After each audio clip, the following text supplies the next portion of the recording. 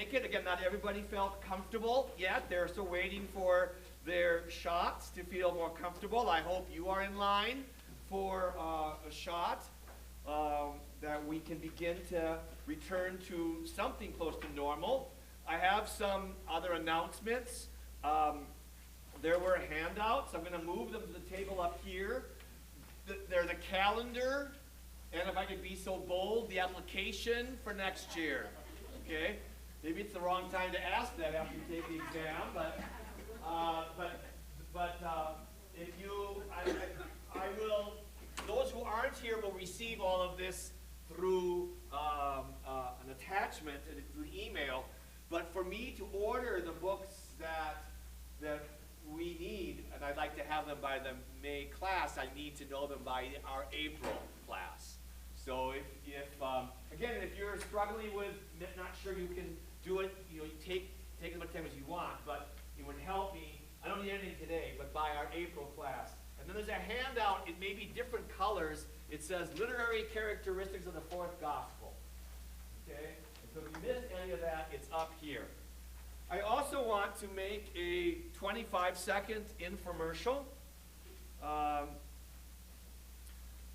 May 2020, we were going to go to Greece and ancient Rome. After every class graduates, we do a trip with biblical sites. And then, of course, COVID came, so we had to freeze out on that. We are trying again for the last week of September and the first week of October. The same itinerary actually went down in price a little bit, $70. So the people who signed up last fall, they get first dibs to make a decision. And I've given them until Easter to make a decision. But I tried, and we were full. We were full at 50. But there are people who are saying, I can't, my daughter's getting married, or I'm going to Norway, or whatever, so far. Those have been what I've been told. So there may be room. There's a waiting list already that's starting. If you're at all intrigued, I made copies of the itinerary. But if you're interested, I can't tell you that there'll be room until after Easter. But this is just something in case you want to look at it. At least you can see what an itinerary in the footsteps of St. Paul looks like. All right? So we will look at the examorama at the end of the day. We're going to kind of front load the day with lectures because Mary Ellen has to get back to play or something play piano at liturgies in her parish. So if there's anyone to blame, throw her under the bus, okay? Not me. I'm on your side. I'm on your side. So, we're going to start today. I think this is a lecture series I love to give because St. John's Gospel is so different from what you think it is. We all have images or ideas that we've collected along the way, and I think you're going to find it's really extraordinarily unique in the New Testament. Matthew, Mark, and Luke, remember, are the synoptics. They that is with together. They see the same story. They tell the story the same way. John is not a synoptic gospel, and you've already in your studies, preparation for this class, likely recognize that. But by the end of the day, I hope your eyes will just be big when you see what is going on here. All right? John transmits the story in a whole different key. What's missing in the gospel? A whole bunch of things that you're familiar with from our reading of Mark and Luke. By the way, Matthew will be in the 4th year of our program, if any of you are still here. What's missing? Here are things that you won't find. There are no parables. Think about how we love parables. There are no parables in John's Gospel. There are no exorcisms. Jesus does not cast a demon out of anybody. And think about how many there were in Mark, especially. No short, pithy statements, like the last shall be first and the first shall be last. Nothing like that. No preaching an announcement of the kingdom of God, which was the inaugural speeches of Jesus in Mark and Luke, but nothing like that in John. No evidence of Jesus associating with sinners. No tax collectors and wild women. None of that in John's gospel. There is no call, no list of the 12 disciples. There are a few that are called, but there's no, like, here they are, the 12. There is no agony in the garden, you're going to find out for next time. No agony in the garden. There is no institution of the Eucharist at the Last Supper. Now that's a lot right there, isn't it? But in addition, or conversely, there are things in John's gospel that you don't find in the others. Jesus gives long speeches, mainly about himself. There is the miracle of the wine at Cana. There's the story of the woman at Samaria. Jesus is continuously, from the very beginning, in controversy with the Jews. Most of his time he spends in Jerusalem, not in Galilee, like in Mark's gospel, but in Jerusalem. Jesus washes his disciples' feet at the Last Supper. There is an extended Last Supper speech of Jesus. 3 times Jesus journeys to Jerusalem for Passover. It is in John's gospel that we understand that the ministry of Jesus was 3 years long. You would never know that if all we had was Matthew, Mark, and Luke. But it's because John has stories that are separated in the gospel about Jesus doing something at Passover. That's where that comes from. The gospel language is heavy with abstractions, things like truth and life and believing and seeing. And while Jesus' Last Supper is a Passover in Matthew, Mark, and Luke, Jesus dies in John's gospel on the day before Passover. So a different calendar. So, a lot of things missing, a lot of things new. But there are a number of things in common. Jesus cleanses the temple. Jesus heals the family member of a royal official. He feeds a crowd. He walks on water. He's anointed at Bethany. He enters into Jerusalem with palm branches and crowds. Of course, his passion. And sometimes Jesus talks, saying things that we're familiar with him saying in the other Gospels. Here's an example.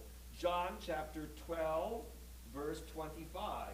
Jesus says, "He who loves his life loses it, and he who hates his life in this world will keep it for eternal life," which is a direct parallel to what Jesus says in Mark's Gospel, chapter 8, verse 34-35. Or similarly, in John 13, verse 20, Jesus says, "Truly, truly, I say to you, he who receives anyone whom I send receives me, and he who receives me receives the one who sent me." That's an absolute parallel to Matthew 10:40. How do we explain this? How do we explain the similarities and yet the differences? There have been lots of suggestions. I'm just going to jump right to the solution that right now is the most dominant. It's not that John knew the other Gospels, that he had Mark or Matthew in front of him and then reworked it. If that were the case, we'd expect to be a lot more similarities. It's perhaps more the case that there was some cross-fertilization, that they're kind of like two different vectors. Here are the synoptics, here is John's gospel, but stories that were told about Jesus from one gospel are retold in the hearing of the other gospel writers. So it's not a literary dependence. It's an oral tradition dependence. Okay? Who is the author? Well, traditionally, people say, well, it's John the Apostle, right? John the son of Zebedee, who, according to church tradition, lived to a ripe old age in Ephesus. But as you have grown to know with me, things aren't quite as simple as Sister taught you in 5th grade, huh? Or Father may have preached or let pass in preaching. It's not quite as simple as that. For example, the acceptance of John's gospel was very slow. There were a lot of churches that didn't read John initially. And if this was from John the Apostle, you would think it would go like, hotcakes. Second, the synoptics say that John was martyred. If you remember, we just heard it again last week or two ago from Matthew's gospel, when James and John, sons of Zebedee, come to Jesus and say, we want you to do something for us. We want to be at your left and right-hand side when you come into your kingdom. And Jesus says, can you drink the cup? And they say, yes, we can. That's usually understood to mean that the cup is the cup of the cross, the death. But tradition says that John didn't die. He was the one of the 12 who didn't die a martyr. And then the assumption that it's John the Baptist is based on a character who does appear in the text. And he is the beloved disciple. Now, you are all thinking, well, that's John, right? Says who? Says who? Well, says teacher in 5th grade. Or says Father Schmitz in preaching. That's not a for sure thing. I just want to warn you, okay? So, again, as we saw, no, we didn't see, I guess, with Mark and Luke, because Mark and Luke are nobodies. Just to name a gospel after Mark and Luke, you don't gain anything. But to name a gospel after John, the son of Zebedee. Anyway, scholars continue to argue it's just the author, who's ever behind it, he knows Palestine. He knows the geography. He knows the city of Jerusalem. So it's not somebody without a link to Jesus and Jesus' lived experience. But just like, be careful about rushing about who is the author. I would argue it is the beloved disciple, whoever that is. That the apostle behind, the apostolic figure behind the gospel is this character. Because the gospel says so. The gospel says he is the witness. That is the source of this good news version. My caution to you is, again, it's okay to call him John. I call him John when I preach. But we don't know John's a pretty common name, and there are difficulties with it being John, the son of Zebedee, which is what tradition says. I just want to put that little bug in your head to keep you up at night. Not necessarily one of the 12. Which explains why there's no list of the 12. Huh? Okay. So, all right. When? Well, because of that vague philosophical language, many 19th century interpreters suggested that John had to be written late, the middle of the 2nd century, which meant it really had no close connection to Jesus. But lo and behold, a manuscript, a little fragment of a papyrus that's datable by handwriting was found in Egypt and is datable about the year 140 plus or minus 25 years. Now, dating handwriting can be done. It's a delicate art. But the point is, the Gospel of John got to Egypt, and when it was read, well, it doesn't happen overnight.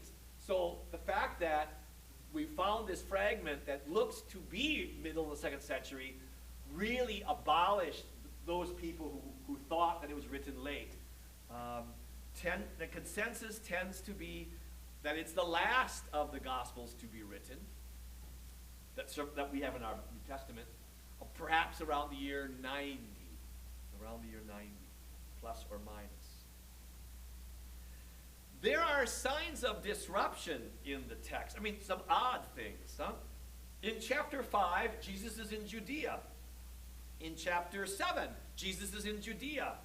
In chapter 6, he's in Galilee, but there's no transitions. It didn't say, and then Jesus went to Galilee. No, they're just like, he's there, he's back there, now he's someplace else. Sometimes Jesus starts talking, and then you kind of lose track of who's talking. Look at chapter 3.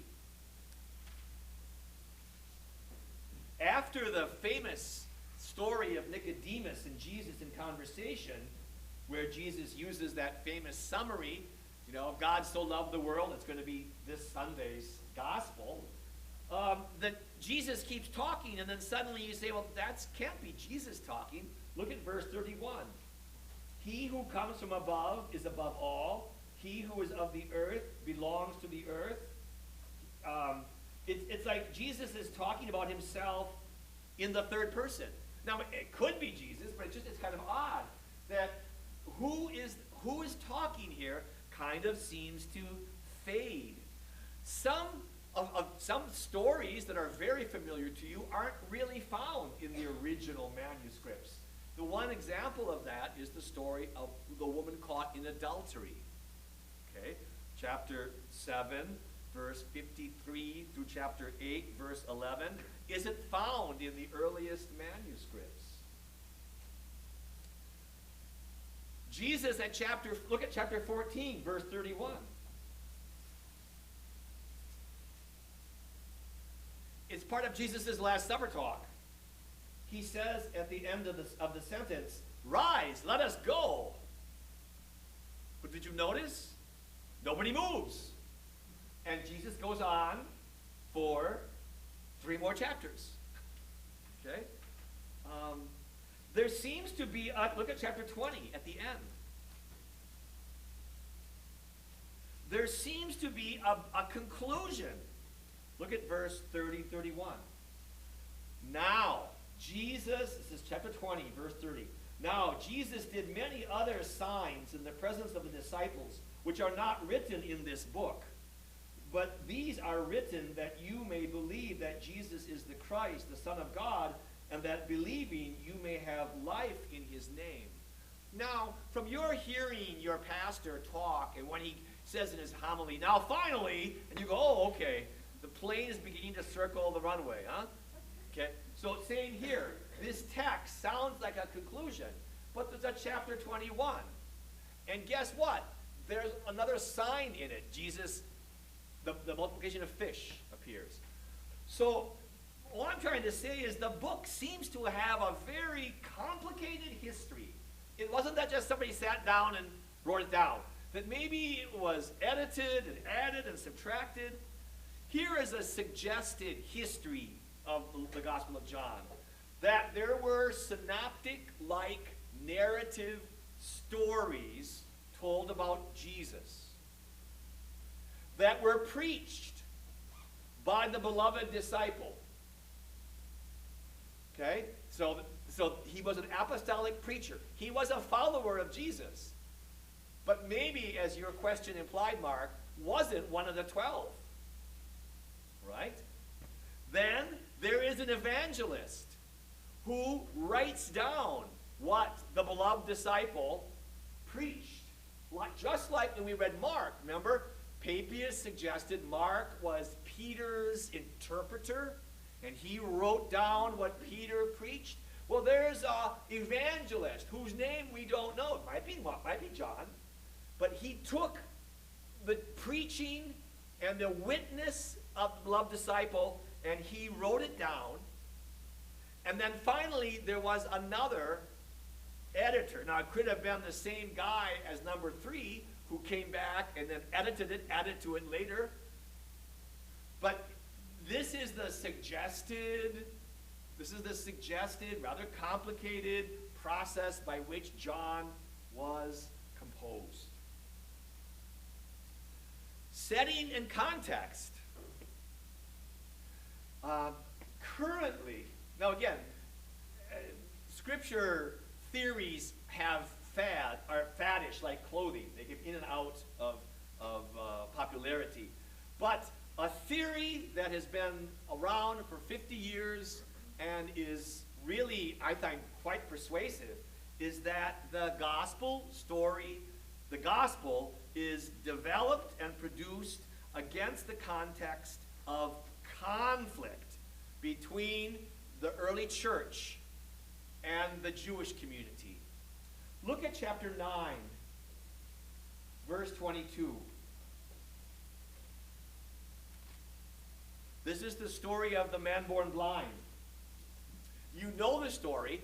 As part of the story, the man born blind's parents are brought in to give testimony about how their son how can he see now if he was blind.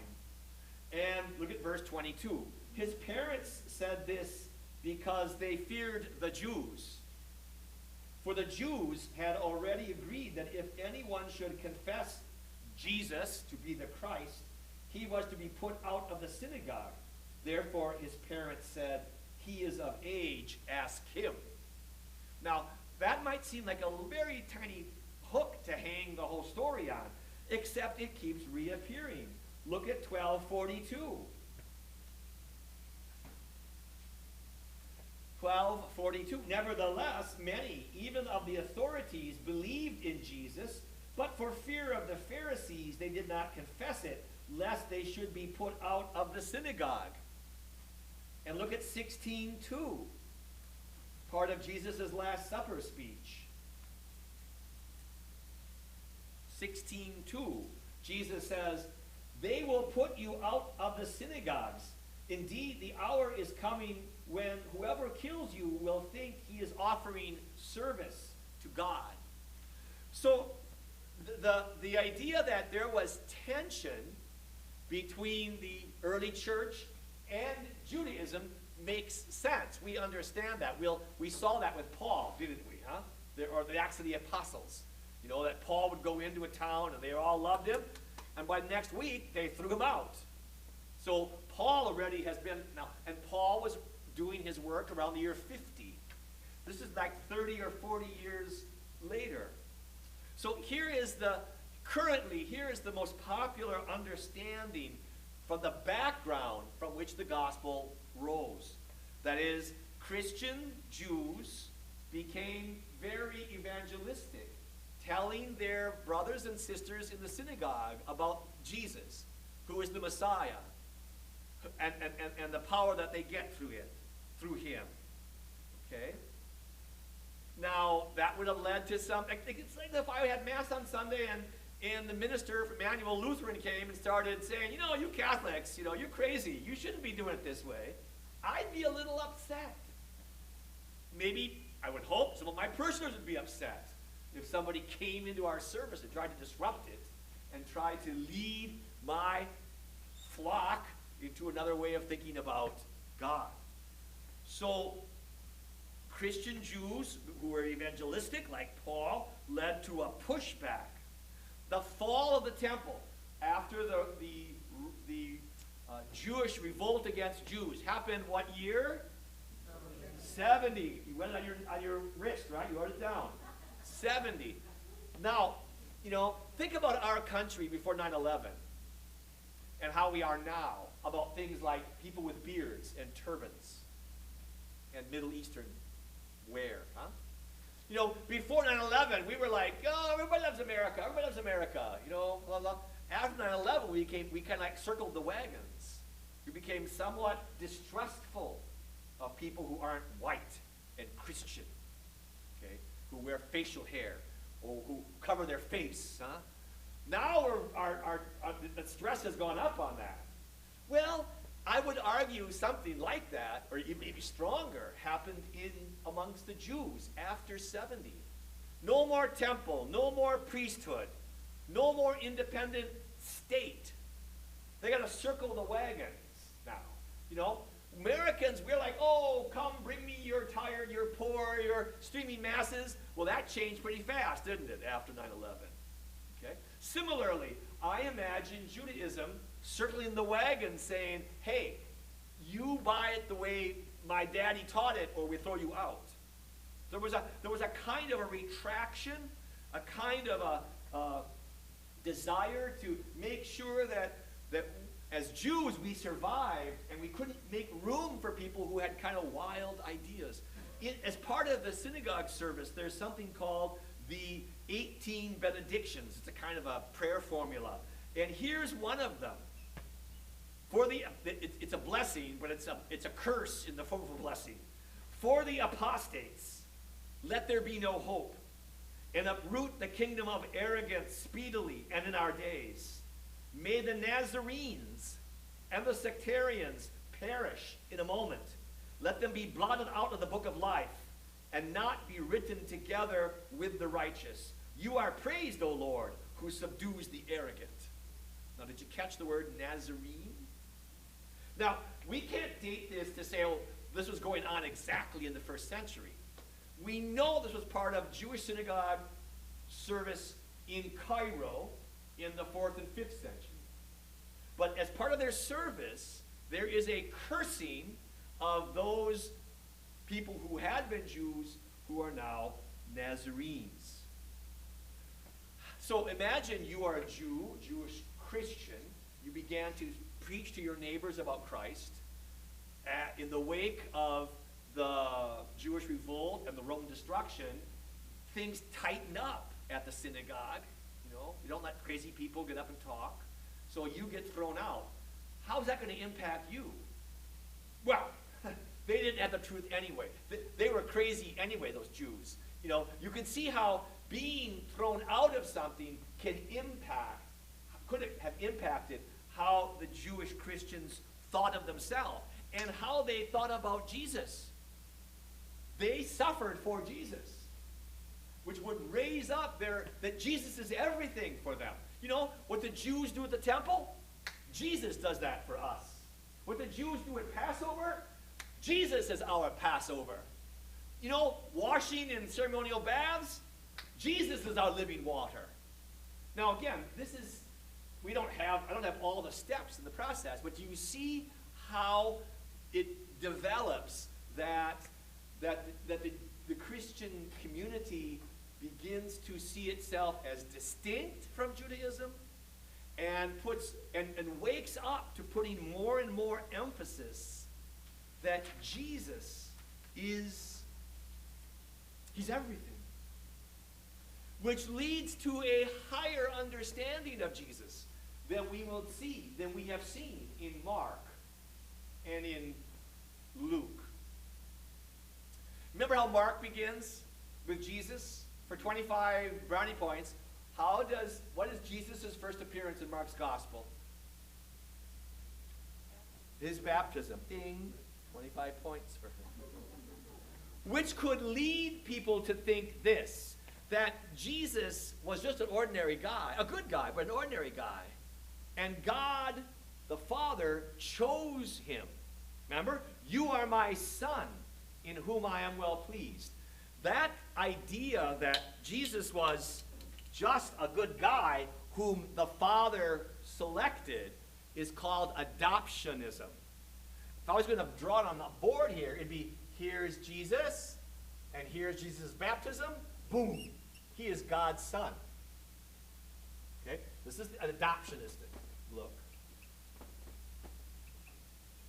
And Mark can be read that way. I don't think that's what Mark intended, but it can be read that way.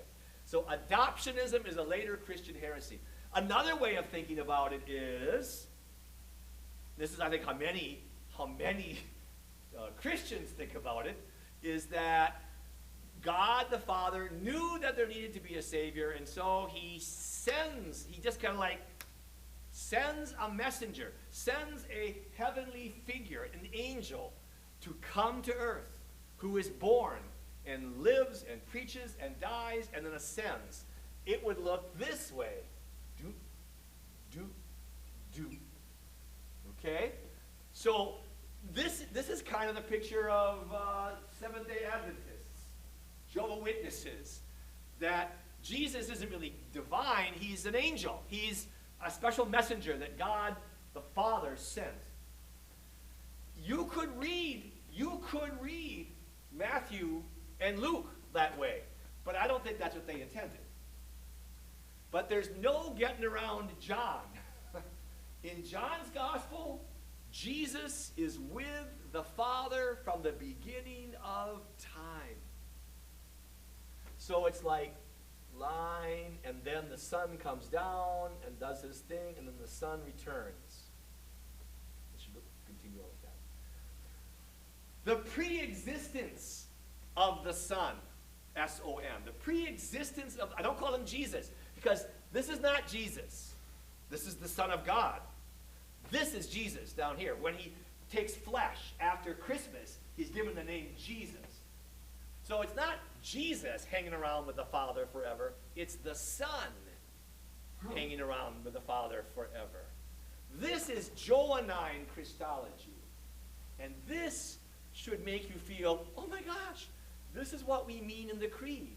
Yes, we don't mean this in the Nicene Creed, that Jesus was just some bloke that the Father chose. We don't even mean this in the Creed, that Jesus sent an angel or a lieutenant or a helper. This is what we mean. The Son always was with the Father. And at a certain moment, the Son came among earth and then returned to the Father. This explains, this is why all the odd language in the gospel. This is why Jesus is forever talking about himself. He says things like, I'm from above and you're from below. Okay? Or this is why in John's gospel, people don't understand the Jesus. He's talking up here and they're down here. This is why Jesus, every time in John's gospel Jesus prays, the narrator has to explain why Jesus is praying. Because for the narrator, Jesus is really speaking to the Father with whom he has a perfect unity. The Son doesn't need to pray to the Father, but John, the narrator, will say, he did this for his disciples' sake. It's in this gospel that Jesus cannot admit not to knowing something without the narrator saying, he really knew that, but he asked the question anyway. Okay? Because for John, Jesus is equal to God. And that's something we really couldn't quite say when we read Mark, or even when we read Matthew. I'm sorry, when we read Luke.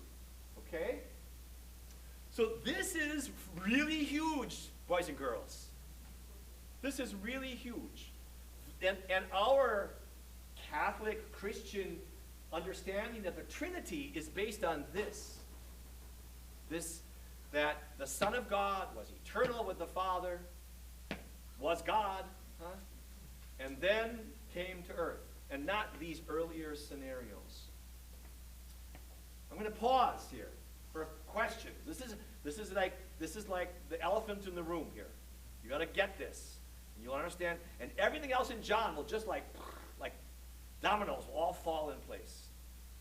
The oddness of John will fall in place if you understand this. My scenario earlier about the year 70 and Jews preaching, that's a guess. That's a trying to understand how it might have happened. How historical matters may have led to that. But, yes, sir.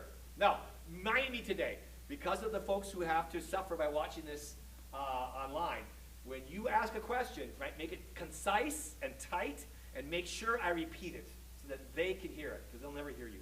Bernie, mask off to ask a question. How does the scene correct itself with regards to the Muslim beliefs that with regards to the single God, or the triune God? So the question is, how does this vision compare and contrast with Islam? Well, quite frankly, Islam is a huge pushback to this.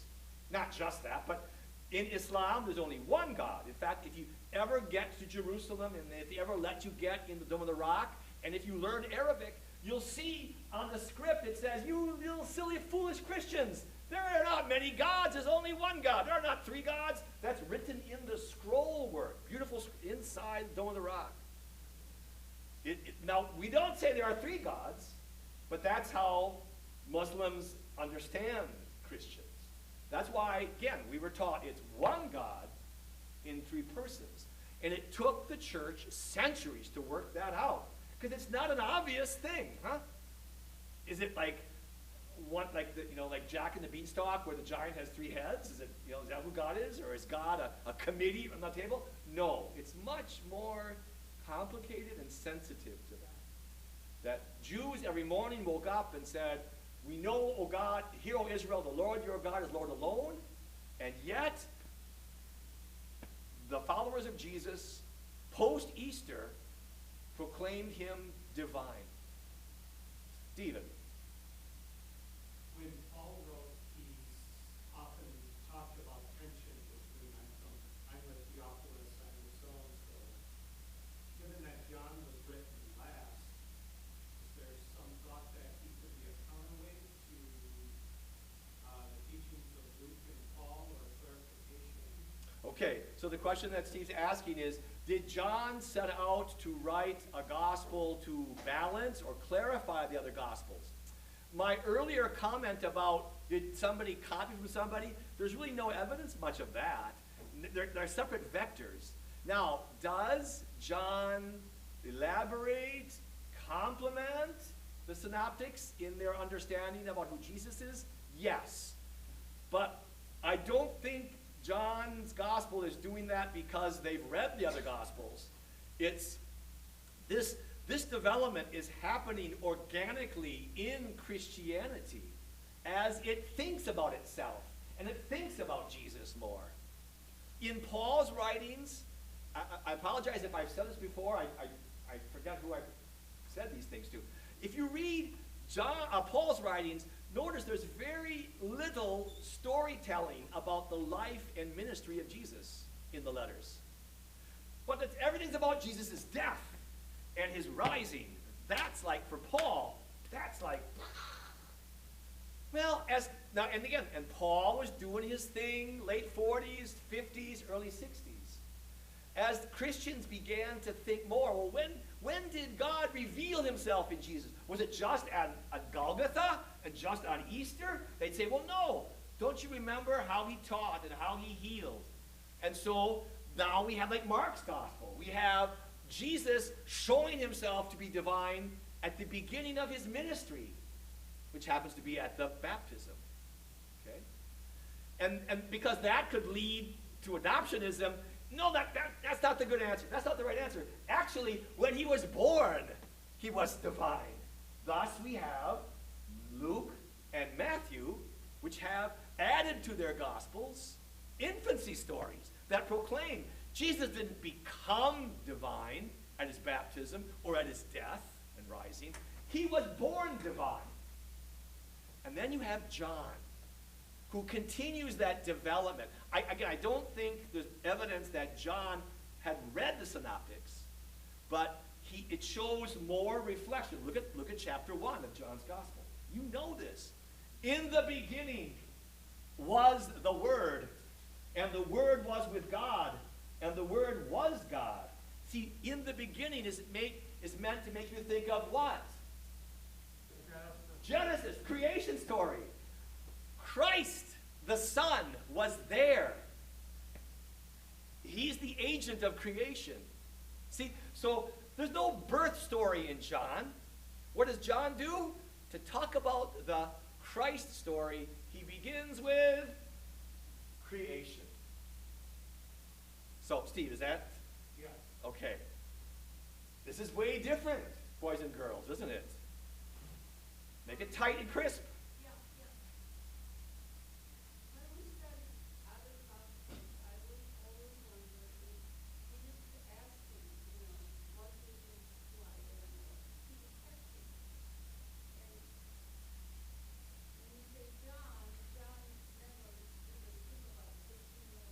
Jesus is always talking about himself. Yeah. So, but he gave that so different way. Here. Yes. Give me a little more. I'm not sure what you're asking. Well, my question is, did Jesus ever in the synoptic gospels ever wonder who he is? Okay, question. In the Synoptic Gospels, does Jesus ever seem to wonder who he is? That's a great question. It's a psychological question. Everybody would love to know what Jesus thought. We don't know. Now, people try to read into it. You know, Aggie in the garden, is Jesus struggling with his divinity? Or in the temptation in the wilderness, is that a psychological moment? I would just wave you off from that. Psychology is a wonderful science, but it was developed in the last centuries. And Matthew, Mark, Luke, and John don't talk about that thing that way. They don't give us enough data for us to know that. You could, I mean, I'll say this, Uni. Mark's gospel has a low Christology with great emphasis on Jesus' humanity. John's gospel has a high Christology. In Mark, Jesus suffers pain and Jesus doesn't know things. Remember, he doesn't say, I don't know when the end of the world's going to be. Only the Father knows. In John's gospel, that's all gone. So there are different looks at the person of Jesus. What we lack is a first person. What was Jesus himself thinking about himself? It leads to all kinds of 20th century Jesus Christ superstar, movie moments where, I don't know how to love, oh my gosh, I don't know who I am. No, that's 20th century psycho stuff imposed. It's a great question. It's just that the sources don't give us anything on that. Is that helpful?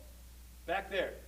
Is this because by this time they were out of the synagogue altogether, so they didn't have to tiptoe around Jesus Christ, Son of God, behold the Lamb of God, right?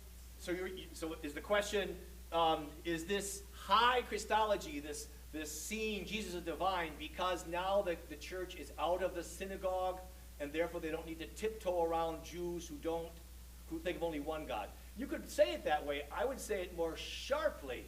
Again, the theory is the excise of Christian Jews from their being kicked out of the synagogue is what prompted them to see this more clearly. Again, they weren't inventing it like let's make Jesus God. All in favor say aye. No, it's through this first century as they continue to reflect on what they know and experienced that they were pushed to see. They began to see. All right, it's time for okay, Peter. Is it possible that in that early Christian community of the writer of John, that it's a response to kind of these Arianistic seeds that have been planted as well?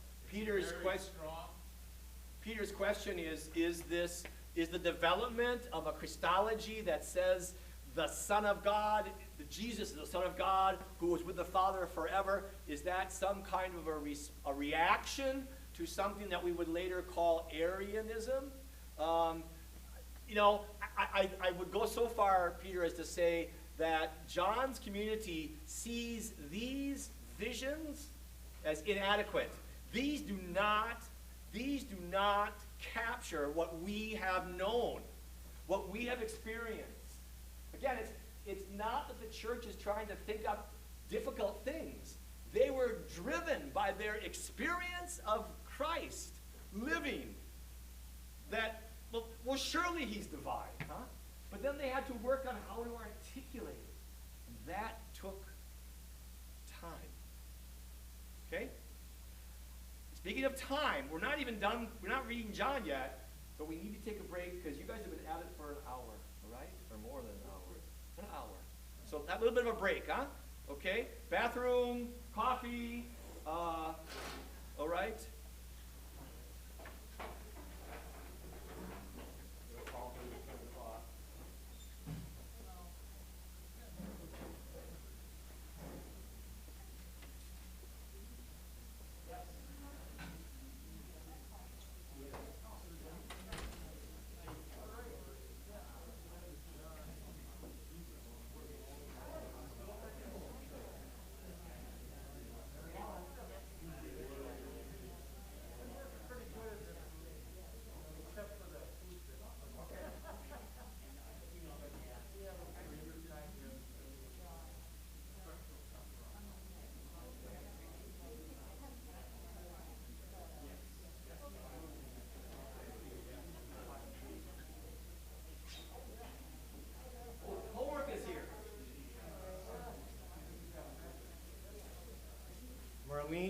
sides, Valerie?